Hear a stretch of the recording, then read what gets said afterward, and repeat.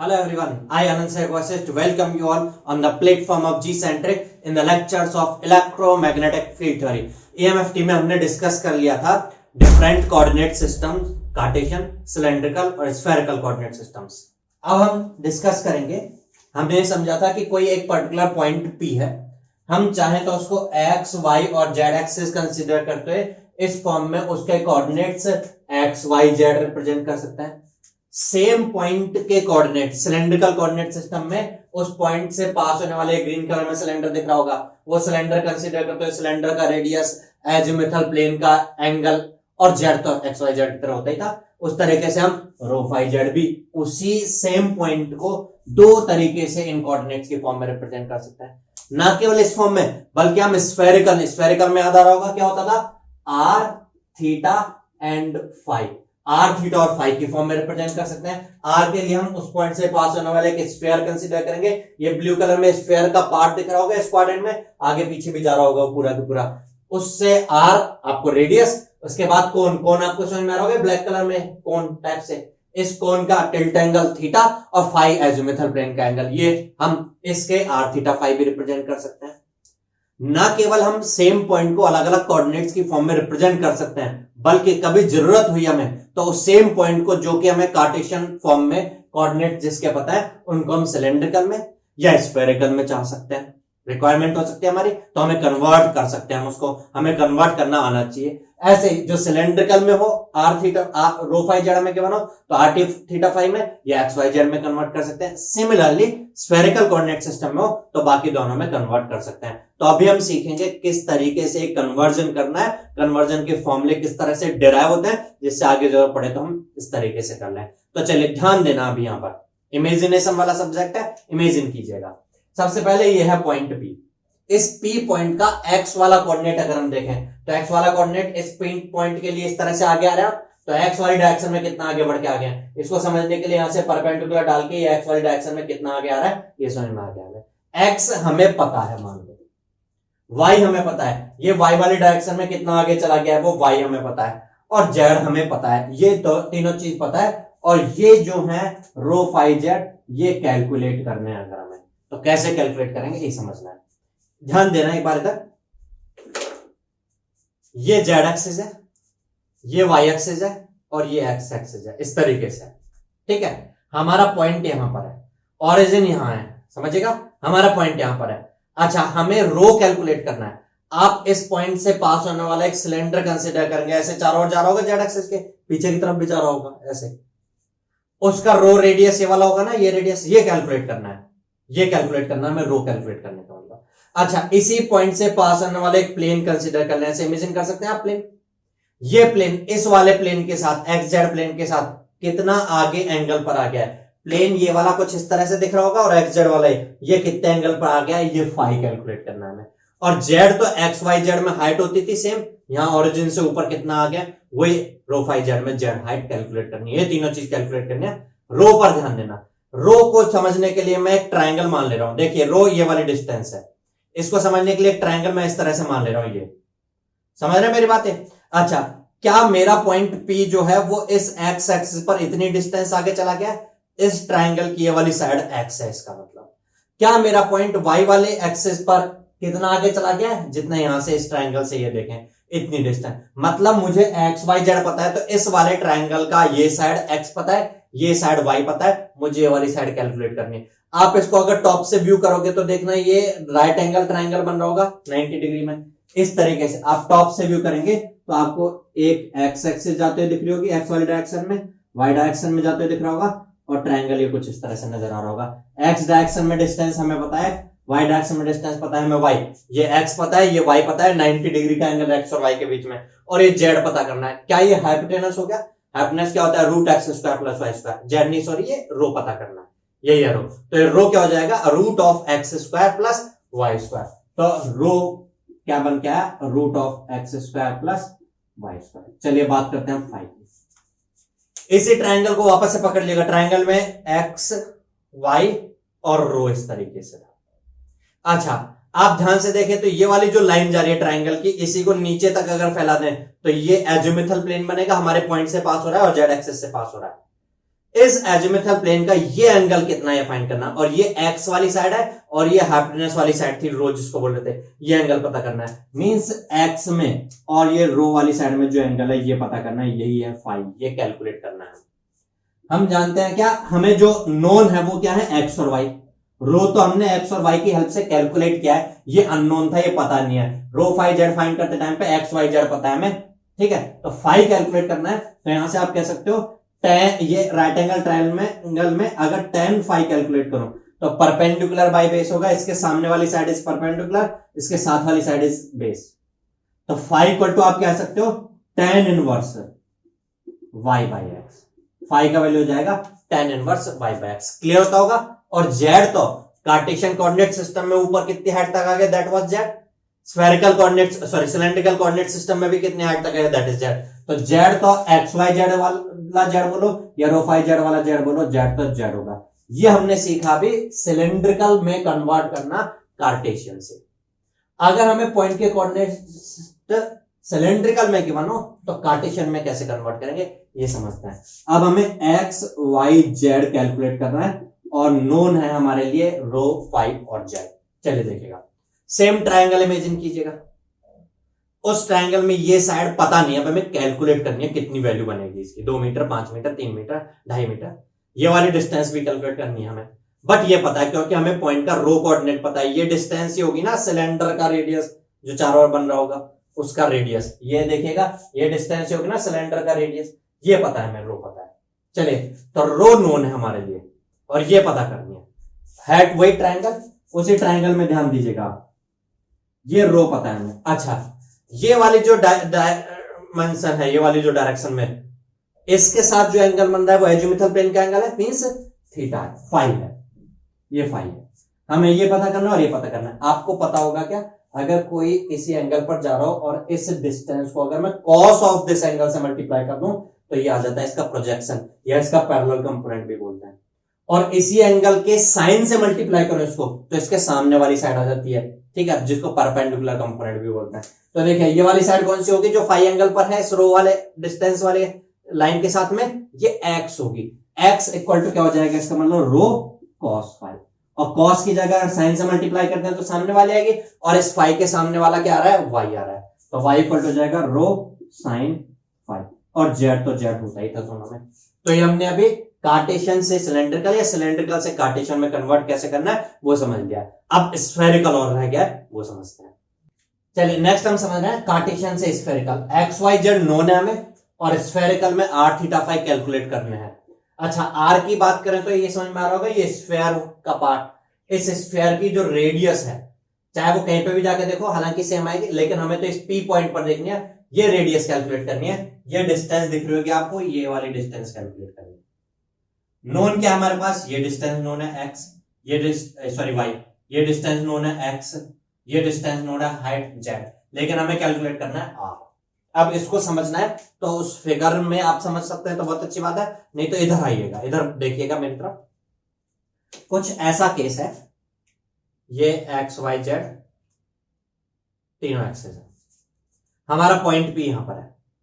अच्छा जो स्फेयर होगा उस स्फेयर की रेडियस तो यही तो होगी ना, ये कैलकुलेट करना है क्या हमारे पास, इसी ये पॉइंट भी है, हमें इस पॉइंट की ये जो आगे डिस्टेंस जा रही है एक्स ये पता है, ये डिस्टेंस वाई पता है और ये हाइट जेड पता है। मैं ये कैलकुलेट करने से पहले एक ट्रायंगल इमेजिन करना हो, ध्यान से देखिएगा, ये साइड और ये नीचे इस पर जाते हुए साइड, एक ट्रायंगल इमेजिन कर पा रहे हैं आप, ये एक ट्रायंगल इमेजिन करेगा। इस ट्रायंगल में ये साइड नोन है एक्स, ये साइड नोन है वाई, ये साइड जेड तो नहीं है, जेड तो हाइट होती है ना, ये साइड फिर भी मैं कैलकुलेट करके रख लूं तो हो जाएगा X square plus Y square का रूट, क्योंकि ये राइट एंगल ट्रायंगल बन रहा है, हाइपोटेनस हो गया ना। ये साइड मिल गई root of x square plus Y square. अब एक ट्रायंगल इमेजिन करना, इस वाले ट्रायंगल में ये जो साइड थी, इस साइड को और इसके साथ एक ऊपर साइड लेके जा रहा हूं पी पॉइंट तक, वहां तक, और फिर ये मिलाते हैं। अगर इस वाले ट्रायंगल को आप देखें तो इसमें से ये वाली साइड ही हमारे स्फीयर का रेडियस होगी क्या, पी पॉइंट तक ओरिजिन से आ रही है, ये कैलकुलेट करना है हमें। चलिए ध्यान समझना, इस वो को कैलकुलेट करना, और ये नोन है क्या हमें, हमारे इस फर्श से या समझो इस एक्स वाई प्लेन से ऊपर कितनी हाइट तक जा रहे हैं, ये है जेड, ये जेड नोन है, ये कैलकुलेट करना है। अगर ये भी नोन हो जाए तो कैलकुलेट हो जाएगा। और ये अभी अभी तो देर पहले कैलकुलेट किया हमने, एक्स और वाई ये नोन थे, X square plus Y square का रूट, और ये जेड पता है। अब हमें कैलकुलेट करना है। राइट एंगल ट्राइंगल है, यहां पर 90 डिग्री का एंगल बन रहा है, समझ में आ रहा होगा, यहां 90 डिग्री का एंगल बन रहा है, ये है हाइपोटेनस। तो हाइपोटेनस क्या हो जाएगा, इसका square root of x square plus Y square का स्क्वायर, तो रूट खत्म, केवल रह जाएगा X square plus Y square, और ये हो जाएगा Z square, X square plus Y square plus Z square का रूट, ये बन जाएगा आर। तो आर क्या बन के आई, आर बन के आई root of x square plus Y square plus Z square. समझ में आएगा। एक बार इसको अगर ऐसे नहीं समझ में आया व्यू से, 3D व्यू से, तो फिगर से थोड़ा ट्राई कर सकता हूं मैं समझाने का। ये पॉइंट पी था, आपका स्फीयर ये था, ये डिस्टेंस कैलकुलेट करनी थी आपको। आपने पहले एक ट्राइंगल कंसीडर किया इस तरीके से, ये शो इस तरह से हो रहा है, एक्चुअल में ये इस डायरेक्शन में आ रहा होगा और ऐसे जा रहा होगा, तो यहां पर 90 डिग्री एंगल है। ये वाली साइड एक्स नोन थी, ये वाली साइड हमारा पॉइंट कितना इधर चला गया है, हमारे पॉइंट तक जाने के लिए जा रहे हैं ना आप यहाँ पे, ये वाई थी और ये हाइट जेड था। तो हमने पहले इस वाले ट्राइंगल से ये कैलकुलेट किया root x square plus Y square. फिर ये ट्राइंगल जो है ये वैसे ऐसे दिख रहा है, एक्चुअल में ऐसे आ रहा होगा ना इस पॉइंट तक, और ऐसे फिर ये ऊपर जा रहा होगा, तो राइट एंगल ट्राइंगल है ये, राइट एंगल, और ये हमारे पॉइंट तक पहुंच गया। इसमें इसका स्क्वायर प्लस इसका स्क्वायर इक्वल टू ये पॉइंट की डिस्टेंस मींस आर आ जाएगा, तो आर स्क्वायर इक्वल टू होगा, तो R equal to root of that हो जाएगा। तो मैं बात नेक्स्ट इज थीटा। थीटा बोले तो कोन का एंगल, कोन का टिल्ट एंगल। अब ध्यान से देखना, जो आपका कोन है उस पर अगर आप फोकस करें, कोन ये कुछ इस तरीके से था, ये वाला एंगल जो है ये थीटा में कैलकुलेट करना है। अगर आप ध्यान से देखें तो हमने अभी एक ट्राइंगल कंसीडर किया था, बल्कि दो ट्राइंगल कंसीडर किए थे, एक वापस लौटते हैं। एक ट्राइंगल ये वाला कंसीडर किया था, ध्यान से देखें तो ये तीनों एक्सिस थी, ये वाला ट्राइंगल, इस ट्राइंगल की ये साइड नजर आ रही होगी आपको, ये वाली साइड जो है, ये साइड कितना एंगल बना रही है इस जेड एक्सिस के साथ, ये समझना है। तो एक ट्राइंगल इमेजिन कीजिएगा, ये साइड गई हमारे पॉइंट पी तक, और फिर ऐसा ही, और ये रही। इस ट्राइंगल की ये वाली साइड हमारे पॉइंट की हाइट तक है, हमारा पॉइंट यहां पर है, जेड है इसका मतलब, ठीक है। ये वाली साइड जो थी वो अभी हमने एक ट्राइंगल नीचे समझा था, सेम वही ऊपर इस तरह से समझ सकते हो, एक्स ये थी, वाई ये थी, तो root x square plus Y square होगी और जेड होगी। ये एंगल कैलकुलेट करना है हमें। एक राइट एंगल ट्राइंगल बन गया, इस ट्राइंगल को आप इधर से देखोगे तो ऐसे नजर आएगा, ये ऊपर की तरफ जा रहे हैं जेड। ये वाली जो साइड बन रही थी ये x square plus Y square का रूट बन गई थी, root x square plus Y square. और ये एंगल जो बन रहा था, ये हमारी लाइन जो इस तरह से आ रही थी, कोन आप समझ सकते हो, कोन कितना टिल्ट हो रहा है, ये वाला एंगल है, मीन थीटा, ये कैलकुलेट करना है। अभी अभी हम समझ के चुके थे पहले भी कि tan थीटा इक्वल टू हो जाता है परपेंडिकुलर बाय बेस। बेस का मतलब होता है हमेशा जो थीटा के साथ चिपकते आ रहा है, और परपेंडिकुलर जो थीटा के सामने होता है, और हाइपोटेनस होता है जो 90 के सामने होता है। वेल नोन चीज है, तो वही मैं यहां पर अप्लाई करूं, तो tan थीटा इक्वल टू बोलूंगा, tan theta equal to perpendicular means root x square plus Y square by base means Z. तो थीटा इक्वल टू हो जाएगा tan inverse root x square plus Y square by Z. Phi की आप बात करें तो phi तो वही है जो थोड़ी देर पहले भी हमने कैलकुलेट किया था, एजिमुथल एंगल ही तो होता था। फिर भी समझ लें, एक बार याद दिला दूं मैं, तो देखिएगा यह आपका होता था, ये ट्राइंगल अगर आप देखें, ध्यान समझना, ये हमारा पॉइंट था, ये एक्स, ये वाई, और ये root x square plus Y square, ऐसा कह सकते हो। हमारा एंगल जो बन रहा था वो बन रहा था, ये एजिमुथल प्लेन था, इसके साथ जो बन रहा था, तो tan फाई इक्वल टू सामने वाली साइड मींस परपेंडिकुलर बाय साथ वाली साइड फाई एंगल के साथ मींस बेस, तो हो जाएगा tan फाई इक्वल टू ये वाली जो डिस्टेंस बन रही थी, ये डिस्टेंस हमारा, ये वाला जो डिस्टेंस था ये एक्स था और ये वाई था, तो फाई एंगल ये वाला बन रहा था, tan फाई इक्वल टू हो जाएगा वाई बाय एक्स, तो phi equal to tan inverse Y by X. अच्छा, ये समझ में आ गया होगा। अब अगर हमें आर थीटा फाई से एक्स वाई जेड कैलकुलेट करना है, उससे पहले एक बार यहां पर देखना, क्या X square plus Y square का रूट रो होता था ना।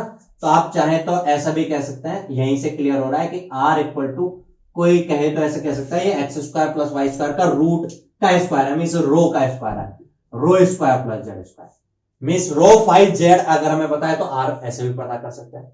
Root x square plus Y square rho होता था, तो यहीं से आप ऐसे भी कह सकते हो कि r अगर रो की फॉर्म में कहें तो tan inverse rho by Z is r। और फाई तो चाहे कार्टेशियन सिलेंड्रिकल कोऑर्डिनेट सिस्टम का एजिमुथल प्लेन का एंगल बोलो या स्फेरिकल में एजिमुथल प्लेन तो वही पॉइंट पी का है, तो एजिमुथल एंगल सेम बनेगा ही बनेगा। तो फाई तो चाहे सिलेंड्रिकल में बोलो चाहे स्फेरिकल में बोलो, स्फेरिकल वाला फाई बोलो या सिलेंड्रिकल वाला फाई बोलो सेम है। मींस हम यहां पर साथ साथ में समझ लेना है आर एक्स वाई जेड से पता कन्वर्ट करना है तो कैसे करना है, और आर थीटा फाई अगर हमें पॉइंट के रो फाई जेड पता हो तो कैसे कन्वर्ट करना है, तो उसका रिलेशनशिप भी समझ में आ गया।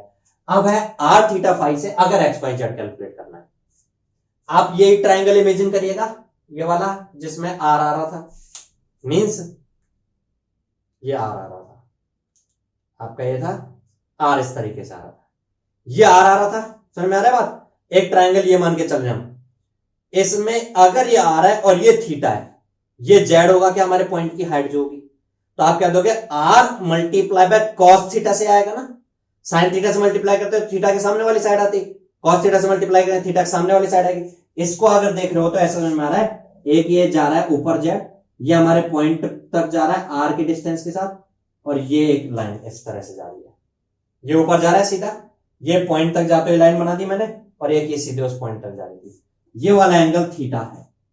हमें इसकी डिस्टेंस आर पता है, हमें थीटा भी पता है, क्या ये हाइट जेड होगा, ये कितने ऊपर तक जा रहा है वही जेड होगा, तो जेड तो समझ में आ गया R into cos theta, sine theta से मल्टीप्लाई करोगे तो आएगा, कॉस थीटा से मल्टीप्लाई करोगे तो साथ वाली साइड आ जाएगी, आर इंटू कॉस थीटा। अब एक्स और वाई भी रह गए, अब ध्यान से देखना एक्स और वाई के लिए, अगर हम इस आर को कॉस थीटा की वजह साइन थीटा से मल्टीप्लाई करते तो आ जाता।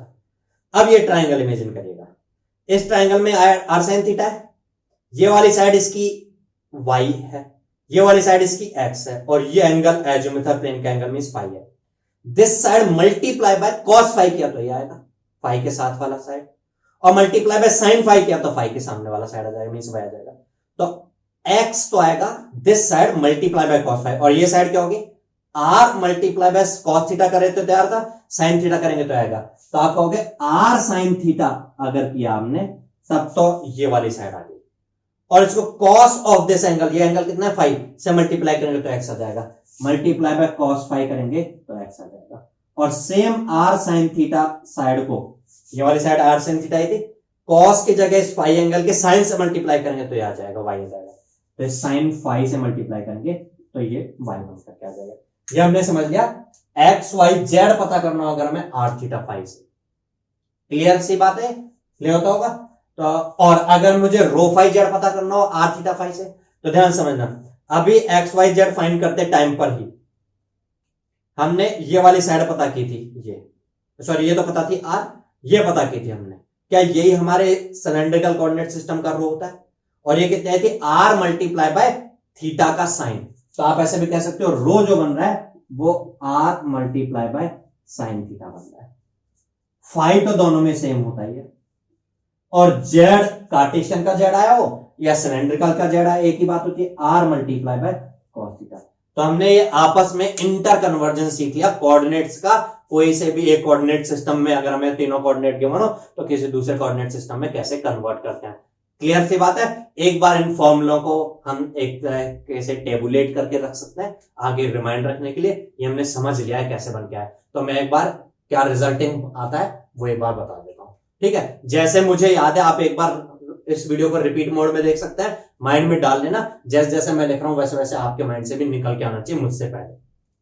अगर कार्टेशियन कोऑर्डिनेट्स हमें गिवन हो, सिलेंड्रिकल कोऑर्डिनेट्स रो फाई जेड फाइंड करने हो, तो हम समझ चुके हैं, याद रखना है। अब हमें समझ लिया था हमने क्या बन के आया था, root x square plus Y square, phi क्या बन के आया था tan inverse Y by X, और जेड तो दोनों में सेम होता ही है। लेकिन अगर हमें रो फाई जेड पता हो और एक्स फाई जेड पता करना हो तो एक्स इक्वल टू क्या बन के आया था, एक्स इक्वल टू बन के आया था रो कॉस फाई, और Y equal to rho sine phi, और जेड तो जेड होता ही है। एक्स वाई जेड से आर थीटा फाई फाइंड करना, तो आर इक्वल टू क्या बन के आया था root x square plus Y square plus Z square, और थीटा बन के क्या आया था tan inverse root of x square plus Y square by Z, और 5 तो tan inverse y by X, वही बनता था जो सिलेंड्रिकल में बना था।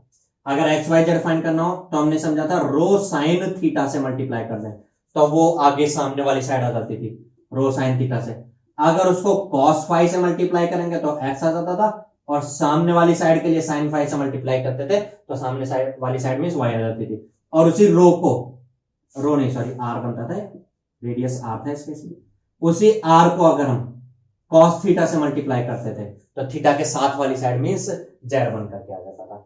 इसी में हमने समझ लिया था कि अगर हमें रो फाई जेड की फॉर्म में r थीटा फाई समझना है तो ये रो ही तो होता था रो का स्क्वायर, तो आप कह सकते थे r equal to root rho square plus Z square, और थीटा इक्वल टू हो जाएगा tan इनवर्स, ये रो बनता था रो बाई जेड, और फाई तो फाई सेम होता ही होता है। और अगर r थीटा फाई से हमें कैलकुलेट करना होगा रो फाई जेड,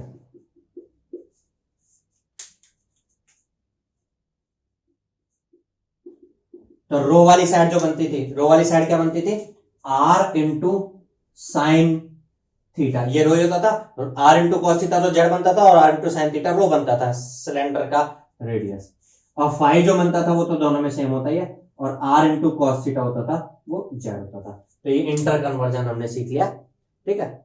अब हम एक बार कोऑर्डिनेट सिस्टम समझ चुके हैं, हम वेक्टर्स को समझेंगे अलग अलग कोऑर्डिनेट सिस्टम्स में, देन उसके बाद हम वेक्टर कैलकुलस मींस एक्चुअल में हमारे लेवल का जो सिलेबस स्टार्ट होता है कि वेक्टर्स का इंटीग्रल डिफरेंशियल। अब हम किसी भी कोऑर्डिनेट सिस्टम को समझ चुके हैं तो कोऑर्डिनेट सिस्टम पर अप्लाई करके सीख सकते हैं। तो अगले लेक्चर्स में ये सब चीज डिस्कस करेंगे हम। अगले लेक्चर्स तक के लिए गुड बाय, थैंक यू।